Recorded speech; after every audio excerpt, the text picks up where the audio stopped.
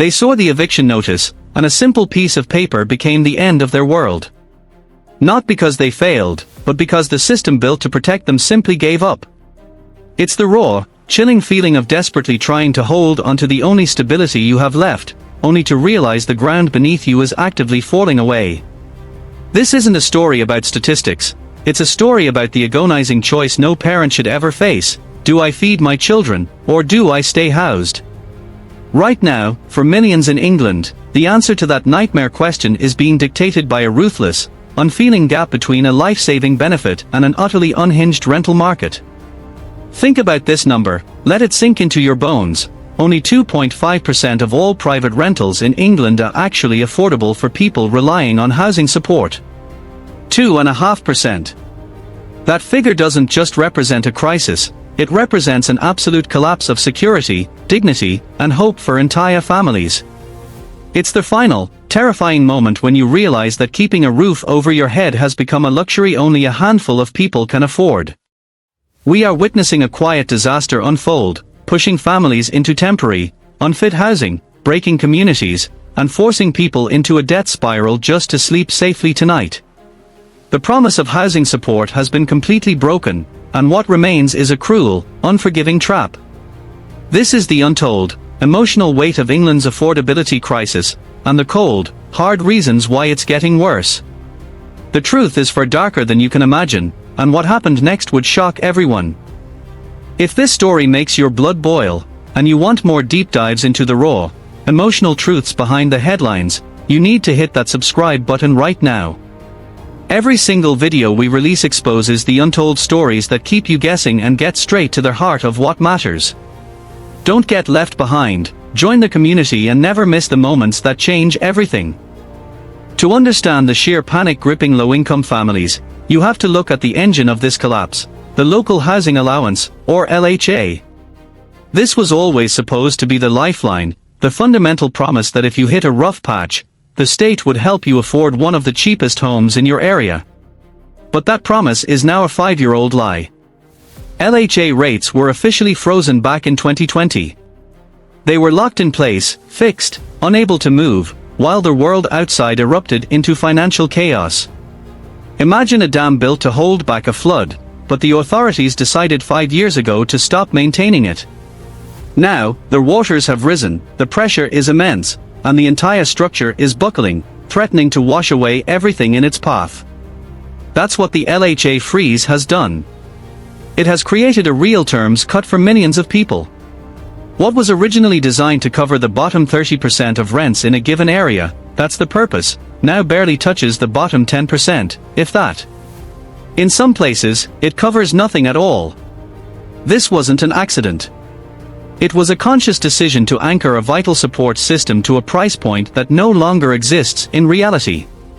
It forces the question, if the system built to help the most vulnerable can't even keep pace with a basic necessity like shelter, what is it actually good for?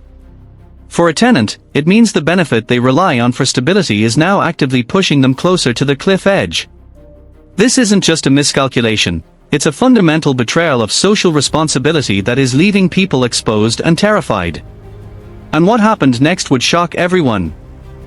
While the lifeline of LHA was fixed and left to rot, the private rental market was doing something completely unhinged. It took off like a rocket. This isn't a gentle rise, this is a 45% increase in rents over the past decade, with some of the steepest hikes happening in the very years LHA was frozen solid. Picture those two lines on a graph, the flat, dead line of housing support, and the aggressive, near-vertical climb of average rent. The gap between them isn't an inconvenience, it's a financial execution. Families on low incomes are no longer just struggling to save, they are being actively outbid and priced out of their communities by a market driven by a relentless hunger for profit. News reports describe viewing queues stretching down the street, bidding wars where tenants are forced to offer hundreds above the asking price just for a chance at a home, and landlords hiking up renewal rates without mercy. This hyper-competitive, high-stakes environment means that any home that was once barely affordable to someone on benefits has now vanished completely. It's a vicious, accelerating cycle. Rents surge, LHA stands still, and the family searching for a modest two-bedroom is forced to watch as that home is snatched up by someone paying hundreds more than their LHA allows. It's a feeling of utter helplessness, of being a spectator in your own life as the thing you need most, stability, is auctioned off to the highest bidder. This isn't just about money, it's about a deeply personal humiliation and the loss of fundamental control over your own destiny. But that wasn't the whole story. Let's talk about the dreaded 2.5%, the handful of homes that are technically affordable within the housing benefit limits. What do you get when you're forced to accept one of these precious, remaining few? You often get the unspoken cost of low quality and diminished dignity. Affordability is not just about the monthly sticker price. It's about livability. It's about being able to raise your children in a warm, safe environment. But the housing benefit cap often pushes the poorest renters into the worst quality housing stock, cold, poorly insulated homes with old, inefficient systems that bleed heat and force energy bills through the roof. A home that's affordable on paper becomes unaffordable the second the heating comes on, creating a cruel paradox. You save a little on rent, only to spend 3 times as much trying to keep the damp and the mold at bay. Imagine the daily emotional toll, constantly battling a cold environment, worrying about respiratory illness for your children, dealing with endless repair issues in a property where the landlord knows you can't afford to complain too loudly. These homes are more than just uncomfortable, they are a direct threat to health and well-being. They strip away the fundamental dignity that should come with having shelter. For millions, affordability has become synonymous with accepting less safety, less comfort, less hope for a healthy future. It's a subtle but profound cruelty, leaving families stuck in a cycle where financial strain is compounded by physical and mental distress. And what happened next would shock everyone. The ultimate, gut-wrenching consequence of this broken system is the homelessness time bomb. When support doesn't match the cost of living, people end up with nowhere to go. And the numbers reveal the devastation. A record high of 126,040 households in England are now trapped in temporary accommodation. But look closer at that number, it includes over 164,000 children. These aren't just figures on a chart, these are children living in unstable, often crowded hotel rooms, hostels, or substandard flats, with their education disrupted, their social lives fractured, and their fundamental sense of security shattered. Temporary accommodation is unstable by definition. It's a constant state of flux, of waiting for the next move, of never being able to unpack fully or set down roots. This lack of stability is a trauma in itself, creating immense stress for adults and severe developmental challenges for children. Homelessness charities aren't just worried, they are ringing the alarm, stating unequivocally that the widening gap between frozen benefit rates and skyrocketing rents is now one of the biggest drivers of this crisis.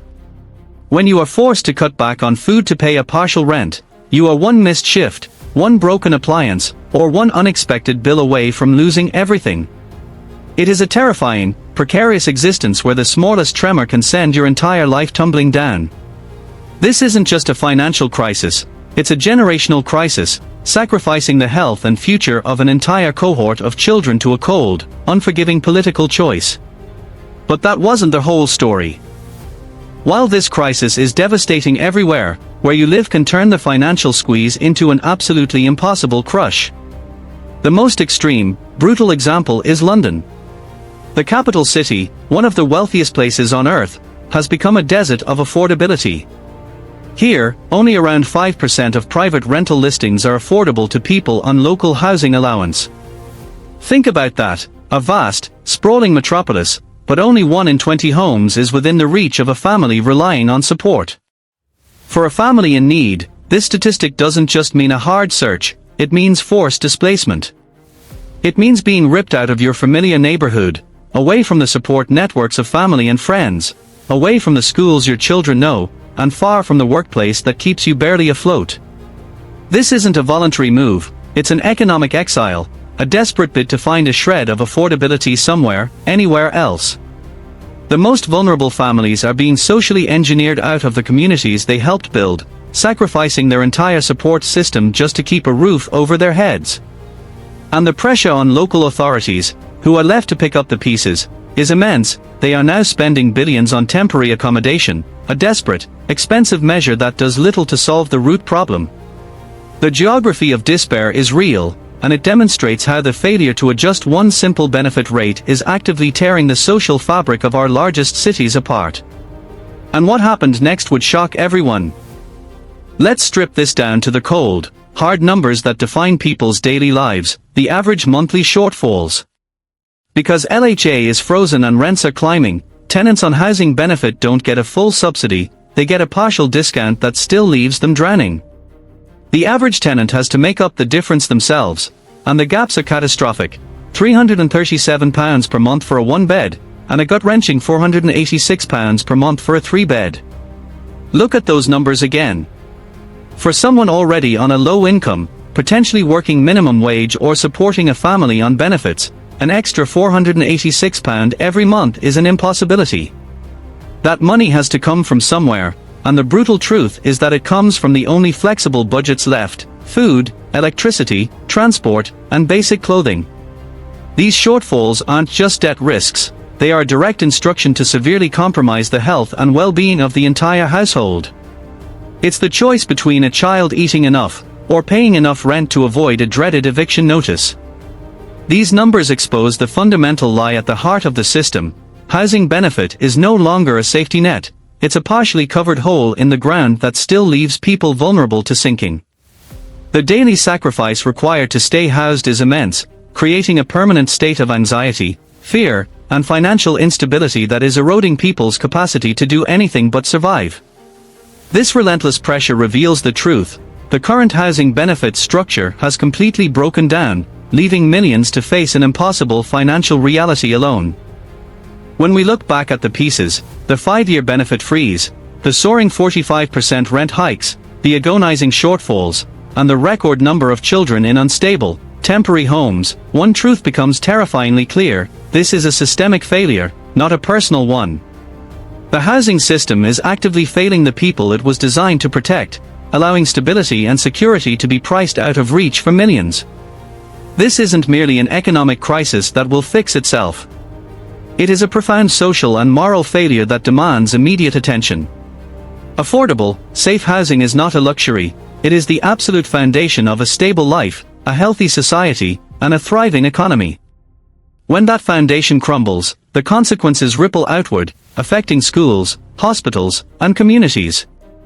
The story of England's unaffordable rentals is the story of a system that needs a complete reset, a recognition that the cost of stability must be borne by society, not dumped cruelly onto the backs of the most vulnerable. Thank you for confronting this devastating reality with us.